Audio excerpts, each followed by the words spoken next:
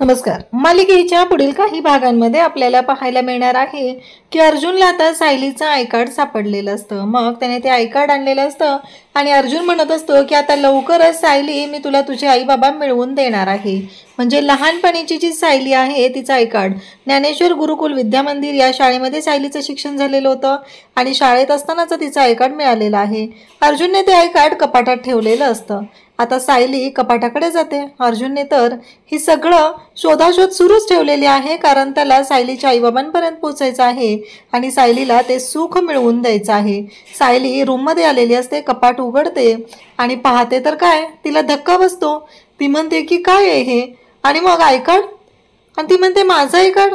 तिला प्रश्न पडलेला असतो, पण माझा आय कार्ड यांच्याकडे काय करतंय. सायलीच्या मनात शंका येऊ लागलेल्या असतात, कारण बरेच दिवस अर्जुन अधूनमधून सायलीशी खोटं सुद्धा बोलत असतो. आणि तेव्हा मात्र सायली आता विचार करायला लागते. सायली म्हणते की माझा आय कार्ड यांच्याकडे काय करतंय.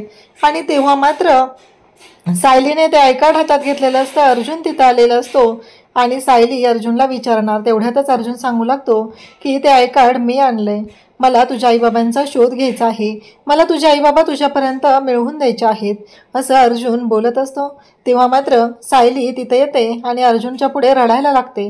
अर्जुनने सत्य सांगितलेलं असतं, पण सायली का रडतेय हा प्रश्न मात्र अर्जुनला पडलेला असतो. अर्जुन विचार करत असतो. अर्जुन म्हणत असतो की काय झालं सायली. तेव्हा सायली म्हणत असते की नका शोधू तुम्ही माझ्या आईबाबांना, थांबवा त्यांचा शोध, नका घेऊ त्यांचा शोध, असं सायली रडू लागते. आणि त्याचबरोबर अर्जुन म्हणत असतो की काय झालंय सायली, तुम्ही असं का बोलताय. तेव्हा सायली म्हणत असते की जेव्हा जेव्हा माझी माणसं माझ्या जवळ आलेली आहेत तेव्हा तेव्हा ती मला सोडून गेलेली आहेत. म्हणून मी तुम्हाला सांगत आहे की माझ्या आईबाबांचा शोध थांबवा, कारण मला भीती वाटते जर माझे आईबाबा पुन्हा माझ्याकडे आले आणि ते मला सोडून गेले तर. म्हणून मी तुम्हाला सांगत आहे, असं सायली अर्जुनला बोलत असते. आणि त्याचबरोबर हे सगळं जेव्हा घडत असतं तेव्हा अर्जुन मग सायलीला जवळ घेतो आणि त्याचबरोबर हे सगळं चालू आहे. त्याच वेळी अर्जुन मात्र सायलीला म्हणतो की तुमच्या आईबाबा तुम्हाला मिळवून देईल. थँक्यू.